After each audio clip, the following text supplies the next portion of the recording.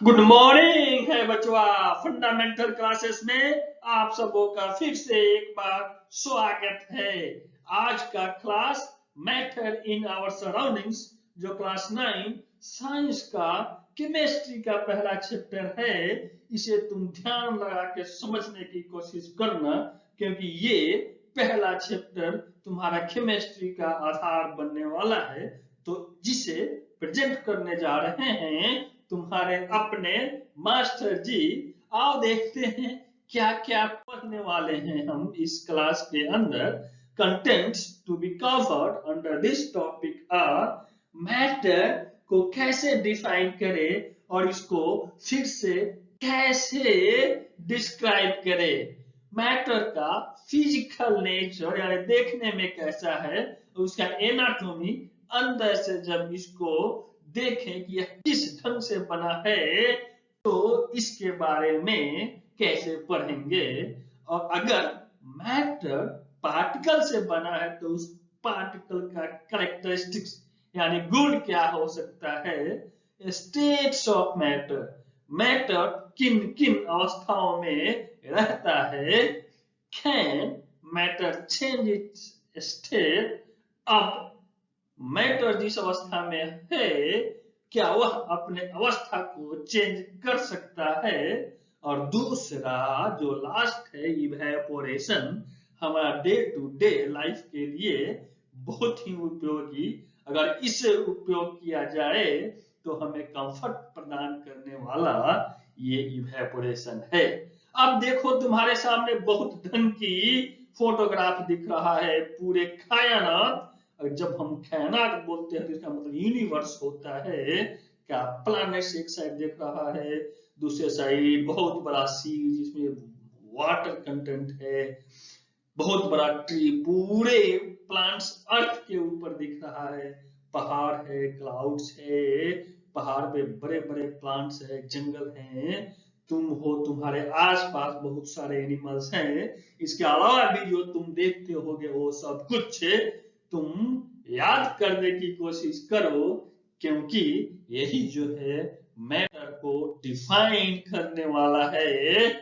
तो अब definition and description of matter के अंदर जो भी तुमने देखा ऊपर और जो भी तुम्हारे आसपास की चीजें दिख रहे हैं, वो सब चीजें मैटर कही जाएगी कब, जबकि उसके पास मास और वॉल्यूम होगा। यानी कि everything in this universe which can be seen और feel with our sense organs is made up of materials and which have mass and volume is called matter। तो अब जितने भी मैटर तुमने ऊपर देखे और जो तुम्हारे सामने है, उसका एग्जाम्पल अगर लिया जाए तो हम जो सांस लेते हैं उसका हवा, जो भोजन करते हैं वो सारी भोज्य पदार्थ, stones, cloud, stars, plants, animals, water and particle of sand। तुम तो बचवा हो, जितने भी तुम्हारा बुक्स होगा, पेन्स होंगे, कलम होंगे, क्लास का ब्लैक बोर्ड होगा, और जितने भी तुम्हारे दोस्त, सहपाठी, मित्र, जो कुछ तुम देख सकते हो वो सब कुछ मैटर के कैटेगरी में आता है, क्योंकि उन सब के पास मास और वॉल्यूम होता है। तो यहाँ पे हम थोड़ा मास और वॉल्यूम को समझना चाहेंगे। वैसे तो तुम जानते हो, लेकिन चलो, मास एक कंपैरेटिव थिंग्स है किसी मटेरियल्स का एक दूसरे स्टैंडर्ड मटेरियल के साथ, उसका हम कंपेयर करते हैं कि वह कितना उससे हल्का है या भारी है। इतना ही है मास के अंदर। और मास इस प्लानिट पे होने दो या किसी दूसरे प्लानिट पे या चांद पे चले जाओ, आजकल लोग मार्स पे जा रहे हैं, मार्स पे चले जाओ, तो इनका कंपेयर ही होने वाला है। एक स्टैंडर्ड ऑब्जेक्ट है जिसको दूसरे स्टैंडर्ड ऑब्जेक्ट के साथ कंपेयर करेंगे तो दोनों ही इस प्लानिट पे होने दो या किसी और प्लानिट पे होने दो, रहने वाले हैं। और दोनों के ऊपर जो है उस प्लैनेट्स का फोर्स ऑफ ग्रेविटेशन एक ही ढंग से काम करने वाला है, तो इसलिए यह किसी प्लैनेट पे जाने दो, मास चेंज नहीं होता है। अब चलो, बहुत सी चीजें ऐसे हैं जिसे हम देखते हैं और महसूस करते हैं, लेकिन अगर उसके अंदर मास और वॉल्यूम नहीं है तो क्या वह मटेरियल मैटर है? तो बिल्कुल नहीं। वह कौन सा चीज है जिसे हम महसूस करते हैं और देखते हैं? लाइट को देखते हैं, हम अपने अंदर फ्रेंडशिप महसूस करते हैं, लव महसूस करते हैं, काइंडनेस महसूस करते हैं, इनेमी को महसूस करते हैं, बहुत ऐसी चीजें हैं सबको महसूस करते हैं जिसको हमारा दिल महसूस करता है, लेकिन उसके अंदर मास और वॉल्यूम नहीं होता है, तो वह मैटर नहीं कहा जा सकता है।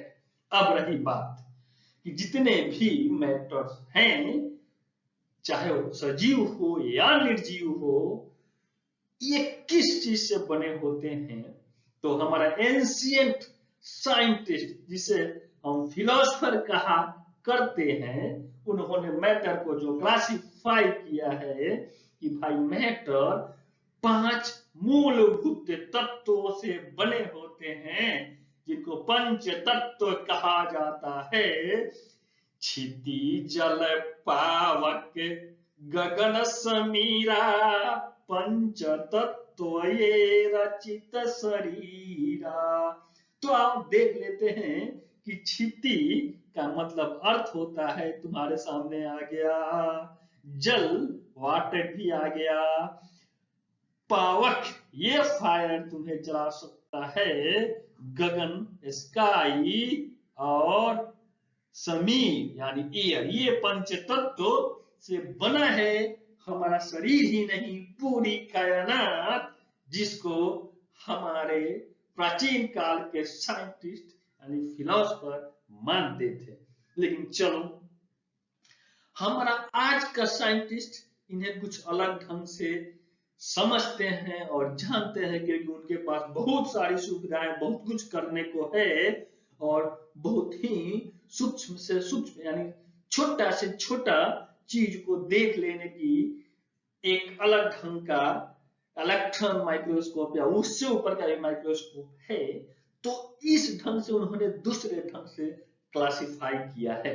एक हम हिम्मत करते हैं, जितने भी मैटर्स है जिनको साइंटिस्ट ने, चाहे वो सजीव हो जिसको हम बायोटिक कहते हैं, और दूसरा निर्जीव जिसे अबायोटिक कहते हैं, हिम्मत कर रहे हैं 2 ढंग से इनको बांटने का, क्योंकि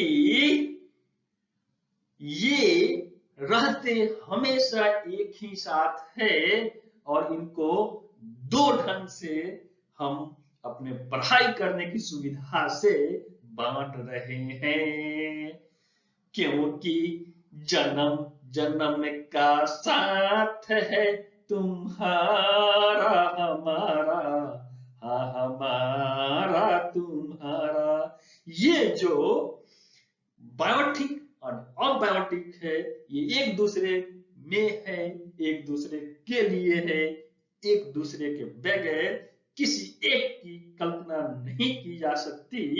तो हम इनको बांट रहे हैं समझने के लिए, क्योंकि हम साइंस को भी 3 ढंग से, अब तुम क्लास 9th में आ गए हो, बायोलॉजी पढ़ोगे जो हम पढ़ चुके हैं, ये केमिस्ट्री होगा जिसका पहला चैप्टर है, जिसमें हम मैटर का केमिकल प्रॉपर्टी पढ़ेंगे, और फिजिक्स होगा जिसमें फिजिकल बातें मैटर की पढ़ी जाएगी, और बायोलॉजी में बायोटिक के बारे में पढ़ेंगे। तो अब देखते हैं कि हमारा जो मॉडर्न साइंटिस्ट है, उन्होंने जितने भी मैटर है बेसिकली अबायोटिक, उसकी बात हम करेंगे। अब बायोटिक तो बायोलॉजी में बात की जाएगी, उसको कितने ढंग से बांटे हैं। तो अब उन्होंने एक बेसिक चीजें खोज निकाली है, जिसको हम एटॉमिक नंबर कहते हैं, जो कि नंबर ऑफ प्रोटॉन्स के बराबर होता है। उसके आधार पे अभी तक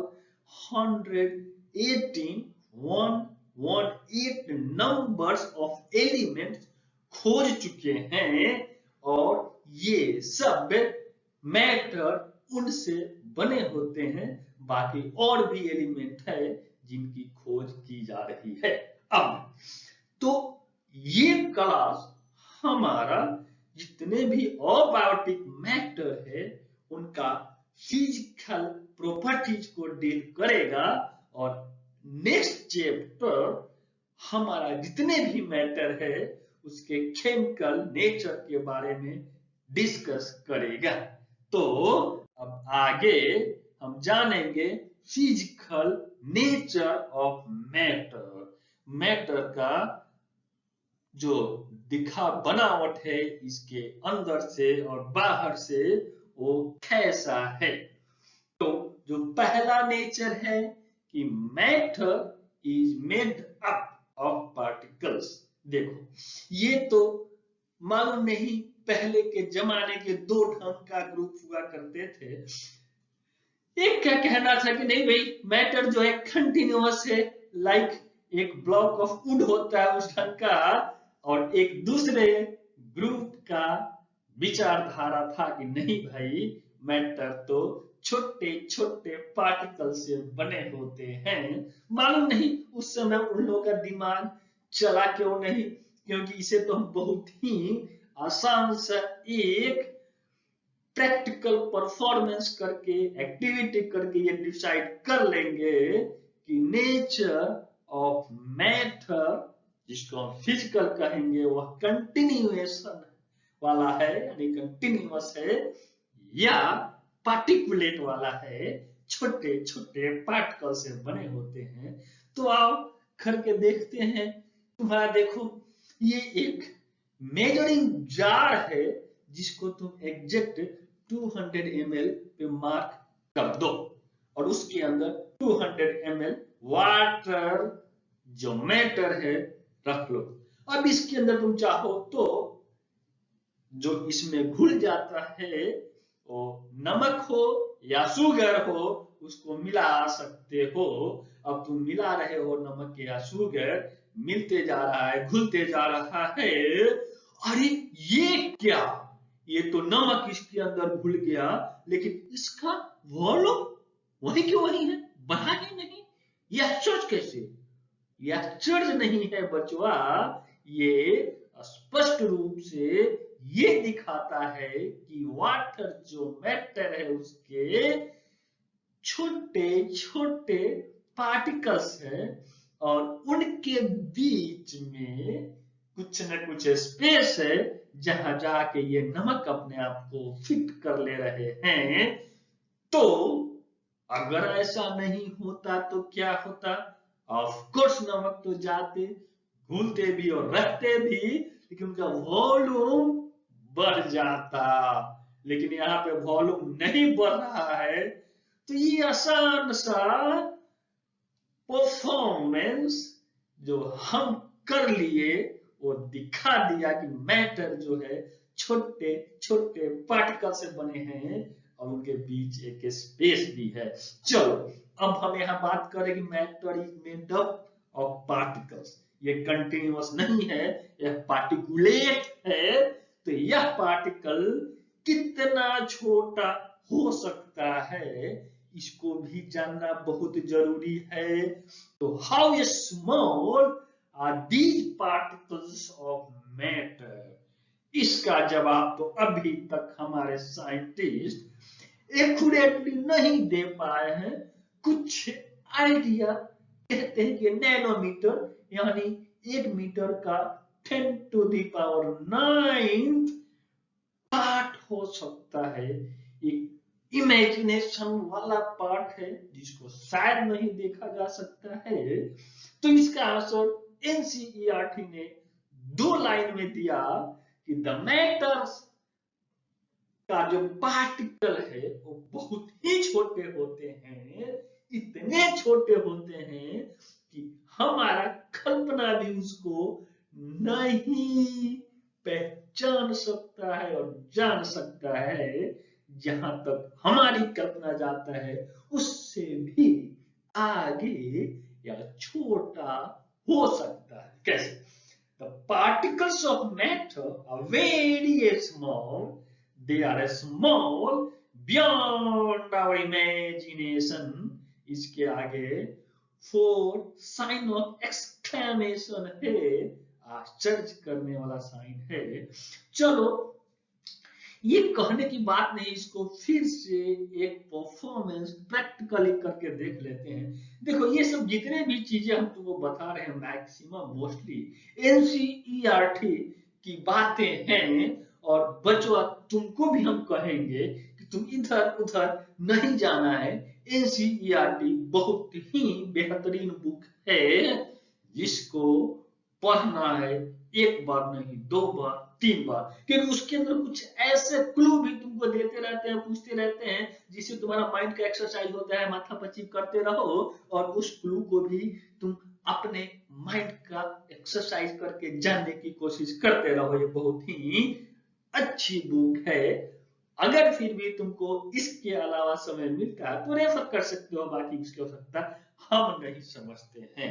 तो अब जो हम परफॉर्मेंस करने वाले हैं वो ऐसा है कि तुमने 100 ml वाटर लिया, उस वाटर में एक छोटा सा क्रिस्टल जो पोटासियम परमैंगनेट का है डाला, वह पूरा का पूरा पिंक हो जाएगा। अब क्या करना है, उसका 10th पार्ट यानी 100 ml निकालना है और दूसरा 90 ml वाटर में उसको डालेंगे तो 100 ml बन जाएगा।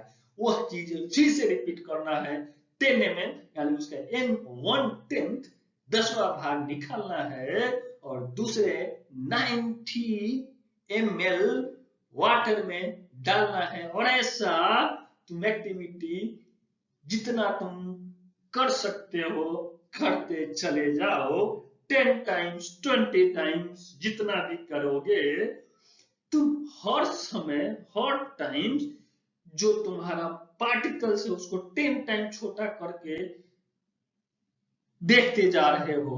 ऑफ कोर्स वाटर का कलर फेड होगा, लेकिन तुम जितनी भी बार करते जाओगे कलर जो वाटर का नेचर है वो नहीं आने वाला।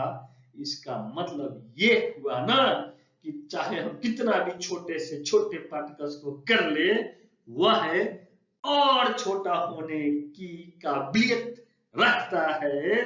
तो अब हमारा इमेजिनेशन कहां तक जा सकता है, उससे भी आगे ये छोटा हो सकता है। तो ये हुआ मैटर का फिजिकल नेचर। तो आगे देखेंगे कि प्रॉपर्टी क्या है मैटर का, जो छोटे छोटे पार्टिकल्स है उनका कैरेक्टरिस्टिक्स क्या है, गुण क्या है।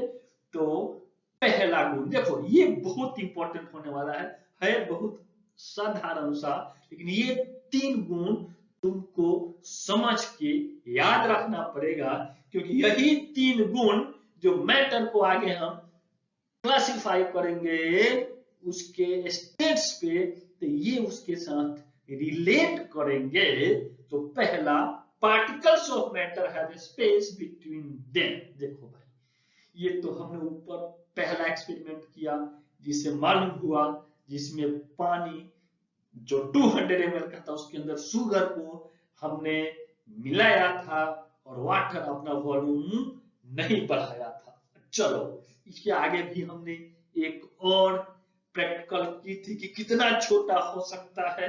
अब एक और प्रैक्टिकली हम परफॉर्मेंस करने वाले हैं। अब देखो, तुम्हारे घर के अंदर तुम्हारे पेरेंट्स चाय कॉफी पीते होंगे, वो तो बात है, उसमें भी एक इक्वल डंग का होमोजेनियस तुम्हारा सब मिल जाते हैं, लेकिन तुम तो बचवा हो ना, तुमको ये चाय कॉफी तो पसंद है नहीं। चलो, तुम अपने लिए लेमोनेड नींबू पानी का शरबत बनाओ। उसके लिए क्या क्या चाहिए तुमको? चलो, हम तो साइंस के विद्यार्थी हैं ना, साइंस पढ़ते हैं ना, हम तो टीचर है, तो ये एक मेजरिंग जार जिसमें तुम सही से मेजर करके 400 ml वाटर ले लो। अब आगे तुमको क्या चाहिए? लेमोनेड बनाने के लिए लो भाई शुगर आ गए। जितनी तुमको मीठा पीना है उतना शुगर डाल लो, और इसके आगे लेमन, लेमन को निचोड़ के उसका जूस निकालो और फिल्टर करके फाइबर को अलग कर लो, क्योंकि जब फाइबर रखोगे तो ऊपर तैरने लगेगा और तुमको वॉल्यूम पे थोड़ा सा इफेक्ट डालेगा। तो फाइबर को निकाल के जूस डाल दो और मिक्स कर लो, तुम्हारा लेमोनेड तैयार हो गया। लेकिन ये क्या, हमने चीनी भी डाल दिया, लेमन का जूस भी डाल दिया, फिर भी वॉल्यूम 400 से ऊपर तो नहीं गया। चलो, ये तो पहला परफॉर्मेंस में किया और जाना, इसलिए नहीं गया कि पार्टिकल्स ऑफ मैटर जो है उनके बीच स्पेस है, जहां जाके वो एकोमोडेट कर लिया अपने आप को, फिट कर लिया अपने आप को, तो वाटर की वॉल्यूम बढ़ने की क्या आवश्यकता है। तो ये तीसरा जो हम एक परफॉर्म किए हैं प्रैक्टिकली, जिससे भी मालूम हुआ कि पार्टिकल्स के अंदर स्पेस है। अब आगे दूसरा वाला property, particles of matter are continuously moving, ये कैसे जानेंगे। अब कंटिन्यूअसली मूविंग, पहला तो इसी से हम कुछ निष्कर्ष निकालते हैं कि अगर तुम लेमोनेड को पी कर देखोगे तो ये तुमको मालूम पड़ेगा कि भाई ये तो टेस्ट एकदम हर जगह का एक सा है। तुम मिला लिए चलो, लेकिन हर समय तो मिला नहीं रहे हो ना, तो मिलाने के बाद तुमने छोड़ दिया, ये सब मिल गए। तो अगर उनका पार्टिकल्स हमेशा मूव नहीं कर रहे हैं तो इक्वली डिस्ट्रीब्यूट कैसे हो गया वाटर के अंदर। तो ये डिस्ट्रीब्यूट हुए और टेस्ट हमको दे रहे हैं, तो कंटिन्यूअसली मूविंग कर रहे हैं। अब जो ऑब्जेक्ट या पार्टिकल मूविंग करेगा उसके अंदर एक काइनेटिक एनर्जी होगा। अच्छा चलो ठीक है। अब ये तो लिक्विड की बात हुई। अब तुम्हारे जैसे जब हम बचवा थे ना, तो हमको क्लास के बाद भूख बहुत जोर से लगती थी। जब हम आते थे, संजोग से माता जी खाना बना रही होती थी, तो बहुत दूर से मालूम पड़ जाता था उसका अरोमा, यानी फ्रेग्रेंस स्मेल करके कि आज माता जी जो है राजमा का सब्जी, नहीं तो कभी कभी चिकन भी बनता था। जब बनता होता था तो स्मेल तो बहुत दूर से हम पहचान लेते थे और घर के अंदर आ जाते थे और गेस कर लेते थे। लेकिन कभी कभी जब लेट हो जाता था, वो खाना बना चुकी होती थी, तब वो नहीं होता था। वो जाके किचन में बर्तन को उठा के देखना पड़ता था कि भाई क्या अरोमा आ रहा है, किस चीज का सब्जी बना होगा। अच्छा, एक दूसरे ढंग से समझते हैं। अगर तुम पूजा करते हो, चलो नहीं करते हो तो माता पिता तो करते होंगे, तो पूजा घर में अगरबत्ती रखा रहता था। जब अगरबत्ती नहीं जलता था ना, तब उसका अरोमा लेने के लिए, यानी कि उसका सुगंध लेने के लिए हमको अगरबत्ती का जो है पैकेट को नाक के पास लाना पड़ता था, उसके पास जाना पड़ता था।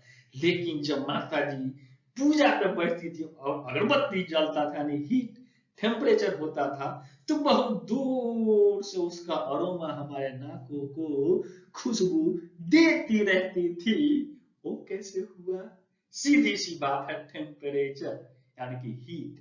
जब हीट किसी भी पार्टिकल्स को मिलता है तो उसका काइनेटिक एनर्जी जो है बढ़ जाता है, और वह अगर एयर के स्टेज में आ गया तो उसका काइनेटिक एनर्जी सबसे ज्यादा होता है और बहुत फास्ट मूविंग करने लगता है। तो the particles of matter intermix on their own with each other is called diffusion, which is directly proportional to heat, and also kinetic energy is directly proportional to the temperature. तो तीसरा, अब इसका जो characteristics है वो है particles of matter attract each other. बिल्कुल जी, करिए अट्रैक्ट नहीं करेंगे एक दूसरे को, तो एक साथ कैसे रहेंगे? सॉलिड कितना स्ट्रॉन्ग होकर एक साथ रहता है, उसके साथ लिक्विड थोड़ा कम, लेकिन फिर भी हमने जहां भी रखा जिस पॉट में वह उसी शेप का हो गया, लेकिन रहता तो साथ में ही है।